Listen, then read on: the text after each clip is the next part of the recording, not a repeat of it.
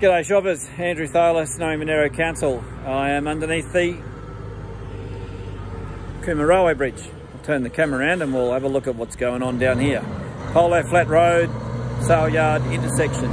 It's a heavy vehicle bypass, and that is a heavy vehicle. There's lots of them every day. So underneath the railway bridge, this is a railway line that's not used. It's an old wooden trellis railway bridge, and remove seal, replace seal. It's been assessed. So it's an intersection, it's a bit of a sweep. Intersection just there, and we've got an intersection as a heavy vehicle bypass. But we've got these massive lumps, and you can see this is the bitumen coming off these lumps. And that'll rip a sump. So this that's a heavy lump, it's a rock, and you can see it's about 100 mil high, maybe 10 centimeters, coming off the road. There's one each side, and then the pavement is all cracked, and so water gets in these cracks. And this is the beginning of the repair section. Council, through contractors, did a repair from here about 800 metres, and you can see the road it's under heavy wear. The water was running down here and eroding the surface, so the bitumen's eroding and exposing the aggregate, and it's heavily crazed or cracked, such that between the cracks is just loose road base. Okay, so it's a thicker section of pavement. It was replaced within recent time. And there's been a replacement square there, and there's standing in a replacement square here. And you can see all the black tyre marks, obviously because there's some fresh bitumen, but also that's where there's a right angle turn. So these are heavy trucks, 66 tonne, whatever. And this part of the road here really suffers. More so here again. It's like tessellated pavement. And then there's the repair. Now, this repaired section is, this is the new bitumen from the other day here, where they've then done a seal. So then you can see this kind of scalloping, which means that there's sort of soft and hard bits, or the road is stretching underneath. And then what we've got at the moment is the repair that was done 3 months ago, which is this bit. This is put on top on Monday. This is the repair. It was warm today. It was 26 degrees. It's not really that warm. And so the aggregate's vanished. The bitumen's sticking to the tyres and pulling off. And you can see it's running down the road. And there's lots of little lumps of bitumen slop here. Like, this is coming off the tyres, this sloppy, sticky bitumen that got ripped out. It got ripped out of the pavement all the way up for 800 metres, and then it gets stuck down here when the trucks go around the corner. This is a serious, serious problem. And then we get rain. The rain funnels and washes through these wheel grooves. This is where council's proposing to put $450,000 worth of asphalt. And in a way, it appears that the way it was communicated to councillors is the council found $450,000 in extra money supplied over and above what they expected to receive in road funding. It's, in my opinion, it's kind of like saying, we stuck a hand down the back of the couch and we found 450 grand and we're going to fix this with that 450 grand. I'm not convinced by that explanation. So I have now written two emails asking for a better explanation and asking for an opportunity to have a briefing with the roads managers to say, what's going on? What do we actually need to do? And then on top of that, I would rather broaden the work scope to go from the railway bridge 800 metres or 850 metres to the other end. Fix the railway bridge problems, fix the intersection problems, and fix the road in its length. And I don't seem to be getting anywhere with that. I know it's early days for a new council, but You know, these problems, we just can't pause the problem. We have to deal with it now. So let's go for a drive, and I'll pop the phone up.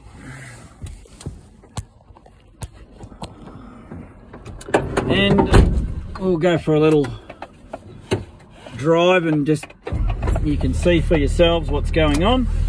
I'm not trying to make any particular grandiose statement out of this. I'm just trying to give everyone the facts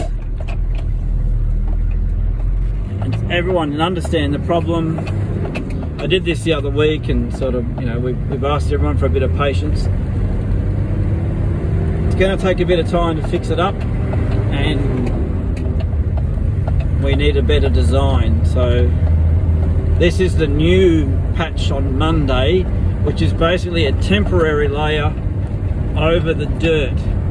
That the road base is effectively compacted dirt.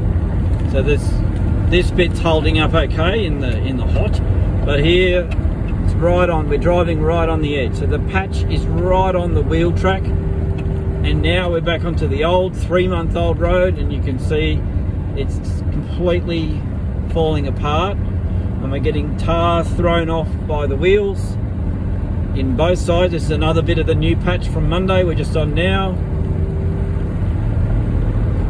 And now we're back to the original 3-month-old stuff, and we're on a corner where the trucks are turning, and there's a patch to the left wheel. On the right wheel, it's completely destroyed, and all of this is now completely destroyed. This is what it looked like a week ago, and it had to be remilled and recompacted, and then they've done a temporary seal. I think we had a week worth of dirt. I think we had a dirt lane for about a week.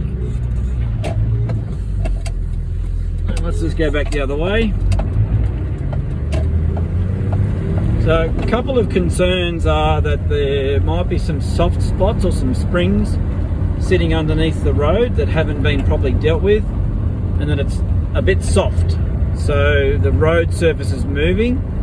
It feels like a bit of a swallow there, and now we're back to the rough. So this is the rough lane here. This is the right-hand wheel track on a fairly hard right-hand corner. The speed limit's been lowered to 60. It used to be 80. It was a pretty nasty corner at 80. And the trucks are now decelerating,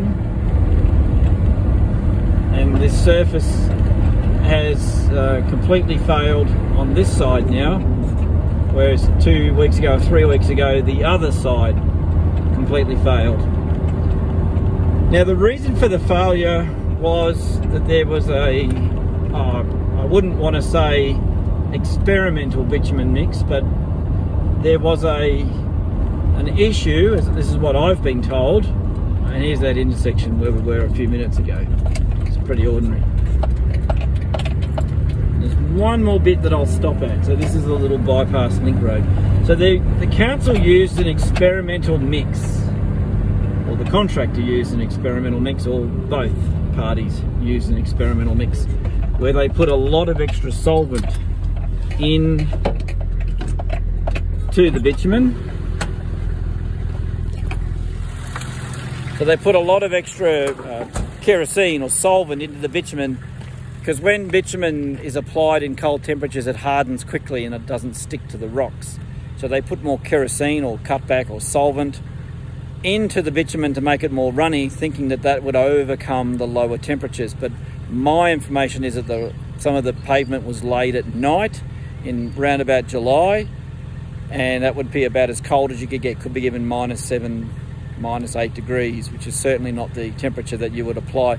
One of the anecdotes I've heard recently is the RMS doesn't do any road sealing in the winter months around here because it's outside the ideal operating temperature of bitumen and bitumen sealing. So there was some road seal done on Saturday just gone, just at north of Rose Valley. By all accounts, it hasn't fallen apart today. So to turn the camera around here, so that's the intersection. Again, this is the heavy pulling section where there's a lot of power put down by the truck's wheels, pulling the weight up this hill and into this hard left turn. And you can see that the road is really heavily damaged. and it's all cracked and buggered, and the water gets in. Quite a lot of heavy damage. And this here, this is years, and you can see that the attitude of, well, maybe thick is better. I mean, is that a thick enough piece of road? Because if that was a thick enough piece of road, what is it doing there and not in there where they originally put it?